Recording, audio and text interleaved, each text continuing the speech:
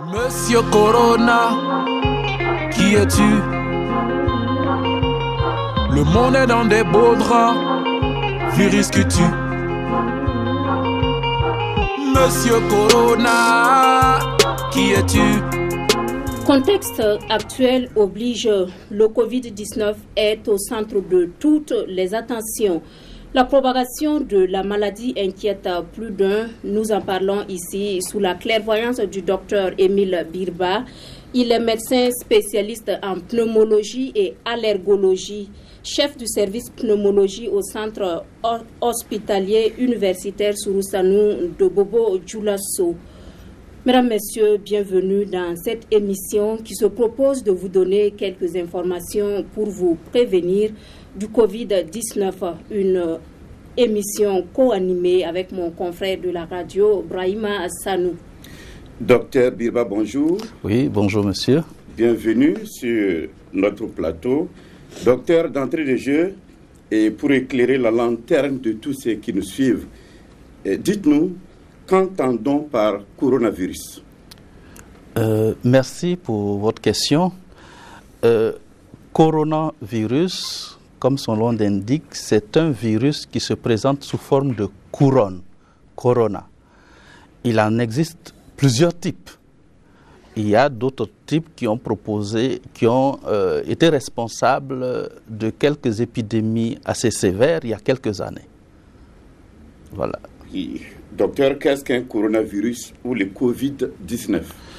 Le Covid-19, c'est le dernier coronavirus découvert récemment en Chine, dans une province qu'on appelle Wuhan, en décembre 2019. Voilà pour le Covid-19. Voilà, docteur, si on disait de faire le point à l'heure actuelle de cette maladie dans la région des Hauts-Bassins? Bien, merci pour cette question. Dans la région des Hauts-Bassins, on note actuellement au niveau de Bobo Dioulasso, on a un cas hospitalisé. Dans la boucle du Moun à Dédougou, il y a 2 cas et à Oundé, il y a 1 cas. Docteur, au jour d'aujourd'hui, la situation est-elle grave? Oui, elle est grave, même s'il n'y a qu'un seul cas. La situation est grave dans la mesure où c'est une épidémie qui provoque plusieurs problèmes. Problèmes sociaux, socio-économiques, etc. Sûrement, nous allons revenir là-dessus tout à l'heure. Oui, tout à fait, docteur. Et par quels symptômes peut-on reconnaître le Covid-19? Pour quelqu'un qui est infecté par le Covid-19 et qui présente des symptômes, les symptômes sont essentiellement respiratoires. Il s'agit principalement de la toux, accompagnée de fièvre, avec des difficultés respiratoires. Comme pour d'autres virus qui atteignent le système respiratoire, en cas d'atteinte du Covid-19, d'autres signes peuvent s'associer. Il s'agit essentiellement de courbatures, de malaise, d'arthralgie, même de diarrhée. Docteur, pour arthralgie en français facile? Arthralgie, c'est des douleurs articulaires. Et pour un amateur, que la nuance entre le Covid-19 et quelqu'un qui a un rhume banal, simple, la nuance, comment peut-on faire pour savoir qu'il s'agit d'un Covid-19 ou qu'il s'agit d'un simple rhume? Bien, c'est vrai que la confusion est tout à fait possible, mais il faut rester extrêmement attentif parce que lorsqu'il s'agit du Covid-19, il y a un certain nombre de facteurs qui s'associent. Il faut que la personne ait été en contact avec quelqu'un qui a été infecté. Ça, c'est le premier aspect. Il faut que la personne ait voyagé et provienne d'une région à haut risque d'infection à Covid-19. Et enfin, lorsqu'il y a la suspicion, nous nous indiquons tout de suite qu'il faut faire un prélèvement sanguin et savoir s'il y a le Covid-19. C'est le prélèvement sanguin qui permet de confirmer le diagnostic. Docteur, alors, comment se transmet la maladie et quelle est la durée nécessaire pour cette transmission-là? La maladie se transmet essentiellement par voie aérienne. C'est lorsque ceux qui sont infectés, ceux qui sont malades, toussent, parlent, éternuent, ça émet des gouttelettes dans lesquelles il y a le Covid-19. Donc, de cette façon, on peut prendre ça. Toutefois, il y a également que le virus peut se retrouver sur certaines surfaces, sur la table par exemple, sur les poignées des portes, sur les vêtements, etc. Et lorsqu'on est en contact avec ces surfaces, on peut être infecté. Si on touche ces surfaces et qu'on frotte ses yeux, ses narines, etc., tout de suite, on peut prendre le virus. Justement, par rapport aux informations qui circulent sur Internet, il paraît que le virus peut vivre pendant une dizaine de jours comme ça sur les surfaces métalliques, telles que vous venez de signaler tout à l'heure, les poignées des portes, les boutons des ascenseurs. Est-ce que c'est vrai ou bien c'est de l'intoxication? Le virus résiste-t-il mieux aux surfaces externes métalliques là? Bon, selon des études récentes, il faut savoir qu'à l'air libre, le virus peut survivre 3 heures, sur le cuivre 4 heures, sur du carton 24 heures, sur du plastique ou de l'acier inoxydable 3 jours maximum, sur le bois 4 jours, sur du verre 4 jours. Mais je voudrais également attirer votre attention sur le fait que les téléphones portables sont une source de propagation du virus. En effet, le virus pourrait survivre sur le téléphone portable pendant 9 jours. Donc c'est un élément de propagation également dont il faut tenir compte. Le docteur, nous sommes en contact permanent avec les animaux domestiques, chiens, singes, moutons et autres. Est-ce qu'un animal domestique peut transmettre le coronavirus? Ça, c'est une bonne question. Nous avons dit en introduction que le coronavirus, initialement, était un virus animal. Donc, la plupart des animaux domestiques ou sauvages hébergent des coronavirus. Est-ce que c'est le Covid-19? Ça, c'est une très bonne question qui n'est pas encore élucidée. Mais on pense que les animaux pourraient héberger le Covid-19. Mais en attendant, quelles sont les précautions à prendre pour ne pas être en contact permanent avec ces animaux ou bien avec beaucoup de précautions? Il faut les éviter. Et d'ailleurs, nous allons revenir sur les précautions à prendre, les méthodes de prévention ultérieurement, je crois. Pour quelqu'un qui a contracté le Covid-19, la période d'incubation dure combien de temps? Et la période d'incubation, même en tant que telle, que doit-on comprendre par période d'incubation? La période d'incubation, c'est la période au cours de laquelle il n'y a pas de symptômes.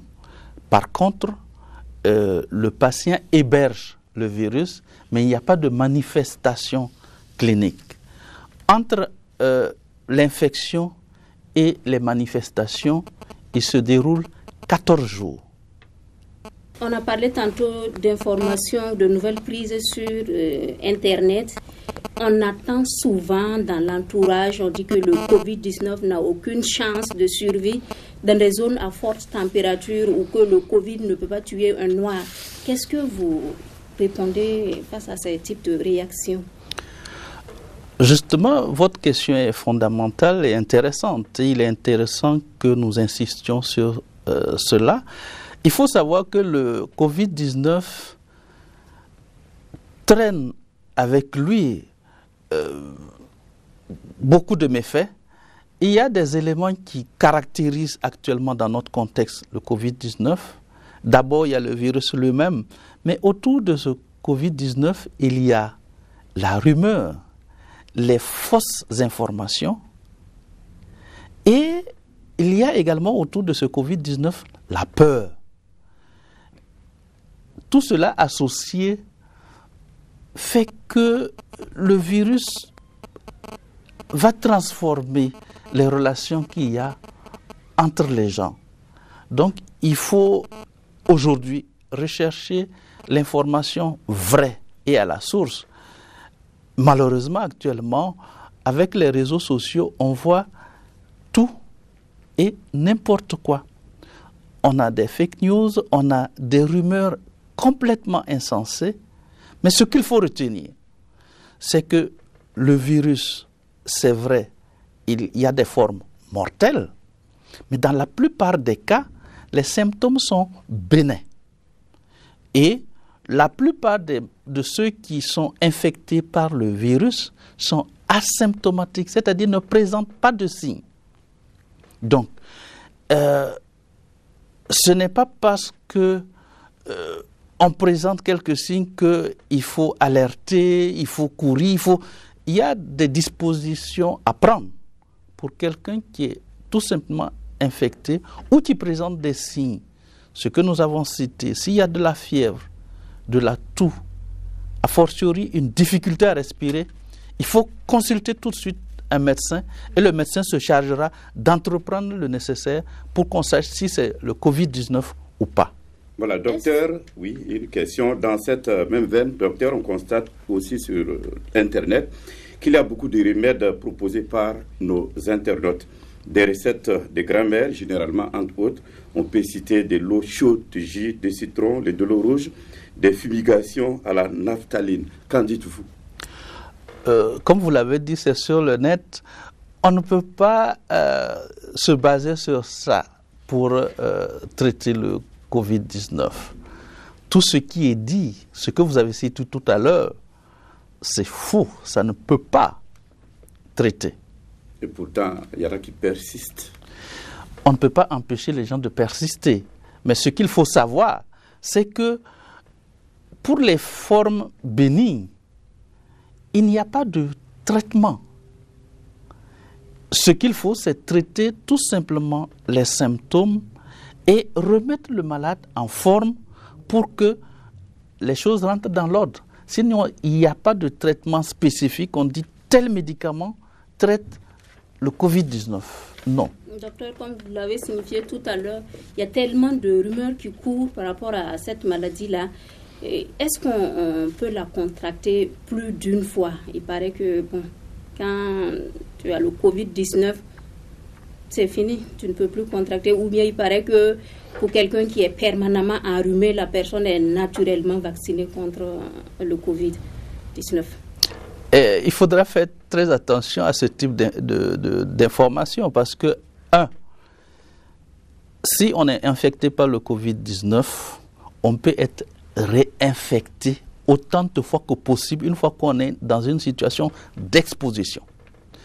Et ce n'est pas parce qu'on a présenté des symptômes et que, comme on dit actuellement, on est guéri, qu'on est immunisé. Il n'y a pas d'immunité pour le Covid-19. Voilà, docteur Birba, les antibiotiques sont-ils efficaces pour traiter ou pour prévenir le coronavirus? Non, les antibiotiques ne sont pas nécessaires. Il n'y a pas, comme nous l'avons dit, il n'y a pas de traitement spécifique. Il n'y a pas d'antibiotique qui peut tuer le Covid-19 actuellement. Quelle est la cible la plus exposée? Les enfants, les jeunes, les vieux, les femmes, les hommes ou les femmes enceintes? Tout le monde est exposé. Au même degré? Au même degré. C'est une question d'environnement. Le Covid-19, c'est une maladie. L'infection par le Covid-19 est liée à notre environnement et à notre comportement. Par contre, ce qu'il faut savoir, c'est que les enfants présentent beaucoup plus de risques qu'il y ait facilement la propagation du virus parmi eux. Pourquoi? Tout simplement parce que le contact est plus étroit entre les enfants, ils s'amusent ensemble, il y a une promiscuité qui peut favoriser donc la circulation du virus.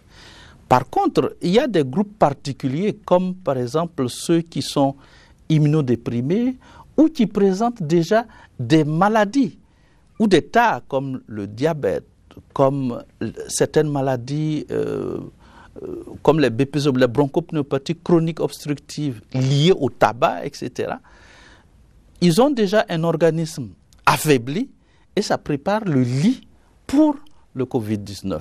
Justement, il y a eu le cas de la dame députée. Effectivement, elle avait le diabète. Ce qui me ramène à relancer la question, scientifiquement parlant, est-ce qu'il est prouvé que le Covid-19 ne résiste pas à la chaleur? Le Covid-19, effectivement, ne résiste pas à la chaleur. Au-delà de 26 degrés, le Covid-19 ne résiste pas. Mais ça n'empêche pas qu'on prenne des précautions. Mais il faut prendre des précautions. Ce n'est pas pour ça qu'il faut boire de l'eau chaude pour ne pas avoir le Covid-19. Il faut faire très attention. Justement, c'est l'une des solutions préconisées par certains. Par exemple, en buvant de l'eau chaude, bon, on peut tuer le Covid-19. Alors, quelle est donc la meilleure manière de se protéger soi-même d'abord du Covid-19 et ensuite protéger les autres aussi? Comme nous l'avons indiqué au cours de cette émission, nous avons dit on peut retrouver le Covid-19 dans l'atmosphère ou sur des surfaces. Et la première disposition individuelle à prendre, c'est qu'il faut se laver régulièrement les mains au savon, parce que nos mains sont en contact avec l'ensemble des surfaces où peut être le Covid-19. Il y a également que nous devons, dans certaines situations, si c'est possible, utiliser les solutions hydroalcooliques. Par contre, si vous avez autour de vous quelqu'un qui présente des signes suspects, de la toux, de la fièvre, des difficultés à respirer, il faut préciser au malade tout de suite de se protéger. Il faut porter un masque et consulter rapidement un médecin. Et également, pour ne pas propager le Covid-19, il faut une hygiène de la toux. Il faut tousser dans le creux du coude, comme ça, pour ne pas répandre le virus autour de vous. Il faut également éviter, comme nous avons dit que sur les surfaces, on peut prendre le virus dans ses mains, il faut limiter de serrer les mains tout le temps pour passer le virus à ses amis ou à ses parents. Et également, il faudra que, en résumé, qu'il y ait de la discipline dans notre façon d'être et de faire. Je pense que tout ce qui est déplacement inutile doit être réfléchi et il ne faut pas faire des déplacements inutiles. Il ne faut pas se retrouver dans des cadres où il y a beaucoup de monde. Et récemment, il est interdit d'être dans des cadres où on a au-delà de 50 personnes. Il faut que les gens essaient de respecter les différentes recommandations, aussi bien par la présidence du FASO que ce que les agents de santé disent de faire. Docteur, vous parlez de lavage des mains, qui est une des solutions préconisées en termes de conseils.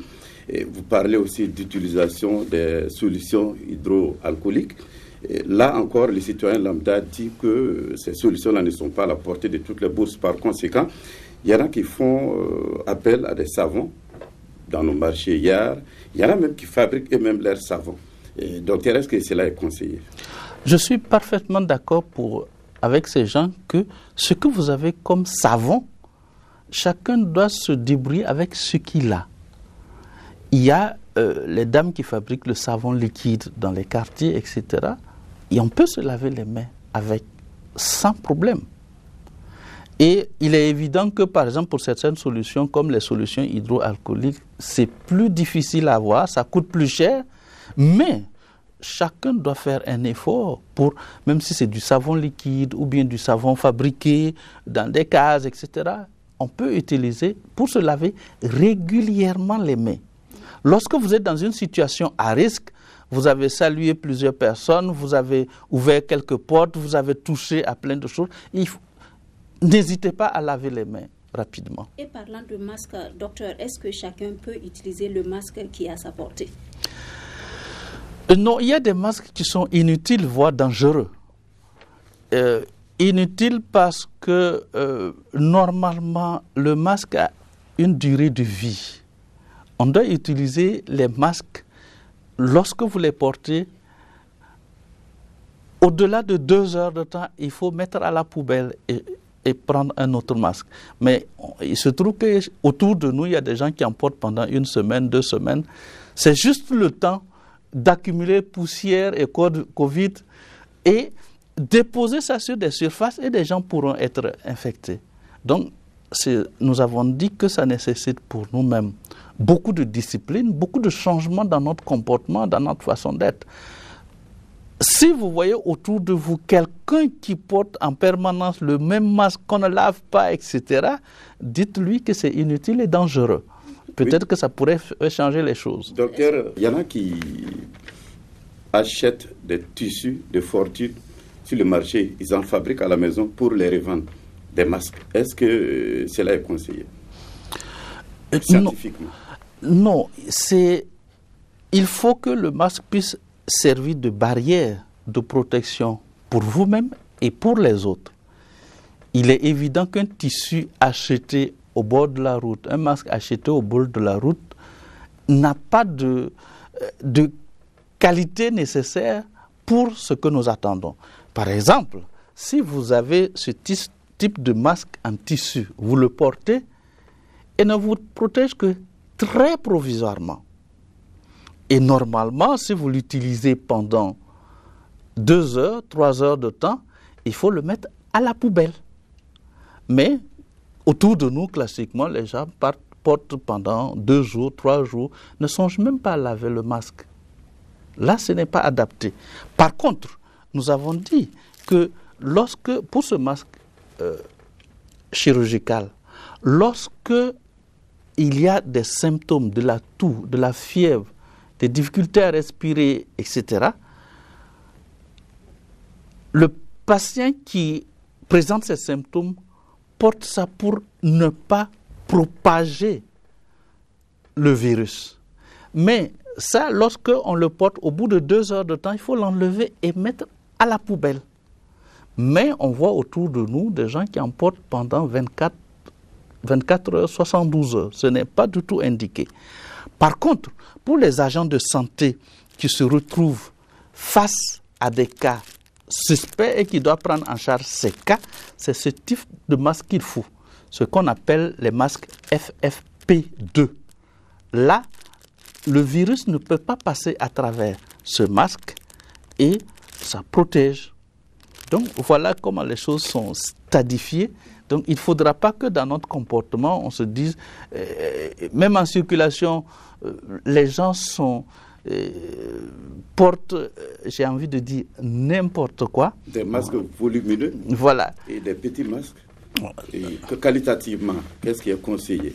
On en trouve dans la circulation. Je ne conseille pas à quelqu'un d'acheter des masques au bord de la voie ou au feu rouge pour se protéger contre l'infection par le Covid-19. Ça, je ne le conseille pas du tout. Ce qu'on conseille, ce qui peut nous aider, c'est laver régulièrement les mains, éviter des groupes de personnes. Et quand vous êtes ensemble, il faut qu'il y ait un écart de 1 mètre entre les gens. Parce que lorsque le virus sort, il ne peut pas aller au-delà de 1 mètre, mais se retrouve sur le sol. Donc, voilà. Vous avez parlé de changement de comportement, de discipline. On se rend compte que cela va être un peu difficile, surtout dans les lieux de regroupement qui sont des habitudes un peu culturelles, on peut le dire. Dans les marchés ZEYA, vous avez expliqué tantôt le fait que les portables, les surfaces métalliques sont des facteurs à risque. Maintenant, dans les marchés, par exemple, on touche des condiments, des habits à main nue comme ça. Est-ce que c'est des risques aussi ou bien... Oui. Justement, dans les marchés, il y aura probablement très bientôt des dispositions en ce qui concerne ce type de regroupement de personnes. C'est vrai que À l'étape actuelle, on ne peut pas envisager la fermeture des marchés hier, mais il faudra, je pense que dans un temps relativement bref, il faudra prendre les dispositions. Effectivement, le Covid peut se retrouver sur les tomates, sur les différentes surfaces d'exposition, etc. Et dans les marchés, les gens sont en promiscuité, les uns proches des autres. Ça propage le virus. Donc il faudra prendre des dispositions. Il faudra peut-être une réorganisation nouvelle de nos marchés, provisoirement, pour pouvoir régler le problème. Docteur, existe-t-il un vaccin, un médicament, sinon un traitement contre le Covid-19 jusque-là? Jusqu'à présent, il n'y a pas de vaccin. Il y a des équipes américaines ou chinoises qui parlent d'un vaccin qui va être disponible bientôt. Mais il faut être prudent. Ce sont à mon sens, je suis médecin et spécialiste de ces questions, ce sont des déclarations que je trouve suspectes. Parce qu'on ne peut pas avoir des vaccins rapidement en 2-3 mois. Ça ne se fait pas. Scientifiquement, ça ne s'explique pas.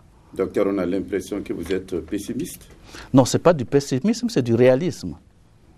Et ce que ça demande, c'est les mesures de prévention individuelle et collective. Et ça suffit déjà pour stopper la propagation de l'épidémie. C'est ce que les Chinois ont fait. Nous devons prendre leçon de ce qui s'est passé en Chine.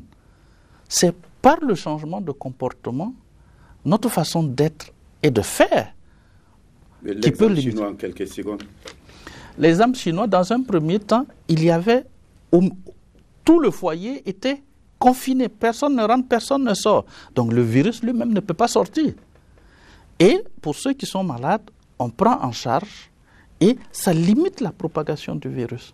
Une fois que le virus ne se propage pas, on ne peut pas avoir de nouveaux cas.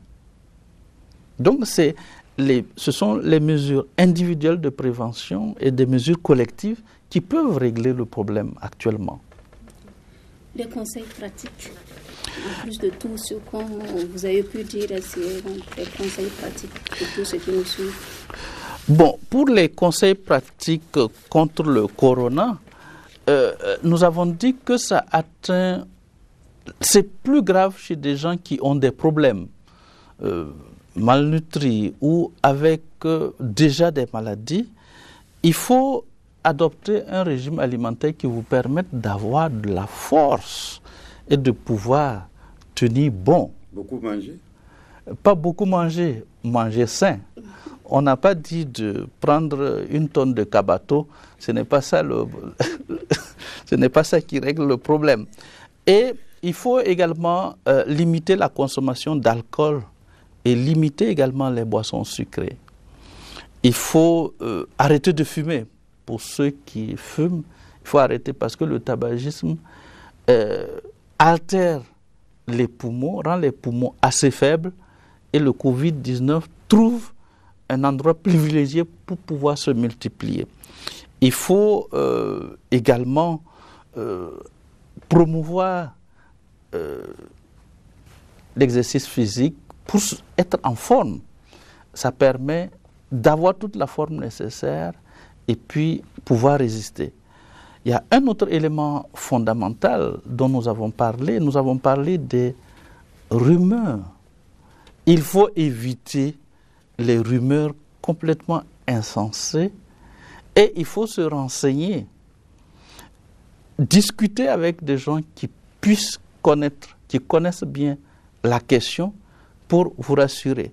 Nous avons dit également que ce qui est dangereux dans le Covid-19, c'est la peur que ça provoque au niveau individuel et collectif. Il faut s'entourer de gens qui savent vous rassurer. Et pour se rassurer, il faut savoir que dans la plupart des cas, la maladie est banale. Dans 15% des cas, on présente des symptômes qui ne sont pas sévères. Par contre, dans 5% des cas, il y a des formes graves et mortelles. Et pour les formes graves et mortelles, jusqu'à présent, il y a un terrain favorisant cette forme grave-là, c'est quand il y a des maladies en dessous que le Covid-19 vient maintenant prendre le dessus. Donc, il faut accepter tout ça et individuellement, l'hygiène de la toux, se laver régulièrement les mains au savon et avec ça, je pense que petit à petit, et en limitant également nos déplacements, quand un déplacement n'est pas indispensable, il ne faut pas le faire. J'ai envie de conseiller, entre guillemets, l'autoconfinement. Ou bien c'est un mini-confinement individuel. C'est-à-dire, chacun essaie de rester le plus possible chez lui, au lieu d'être ou d'aller dans des endroits où il y a beaucoup de monde, parce que le virus circule entre les gens. On n'a pas dit de se replier, mais quand ce n'est pas nécessaire, ce n'est pas la peine de sortir. Ce n'est pas la peine parce qu'on a une mauvaise habitude. On dit les soirs, il faut passer au maquis. Après le maquis, il faut passer je ne sais plus où. Non, il faut abandonner toutes ces mauvaises habitudes-là et ça pourrait limiter la propagation du virus. Merci docteur d'être passé nous donner ces informations que nous espérons utiles dans la lutte contre le Covid-19. Je rappelle que le docteur Émile Birba est médecin spécialiste en pneumologie et allergologie, chef du service pneumologie au centre hospitalier universitaire Sourou Sanou de Bobo-Dioulasso. Brahima Sanou, cette émission se referme donc sur ces conseils pratiques. Chers téléspectateurs, nous espérons que vous avez pris bonne note. On a cessé de le répéter, les nouvelles sur Facebook sont à prendre avec beaucoup de pincettes et suivez les conseils donnés par les praticiens, chacun à son niveau, comme on l'a dit. C'est l'ensemble des victoires individuelles qui donnent donc la victoire collective.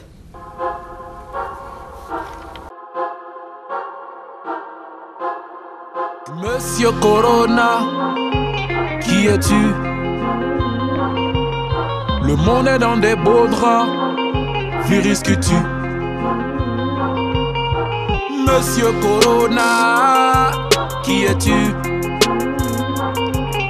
Le monde ne comprend pas ce virus que tu.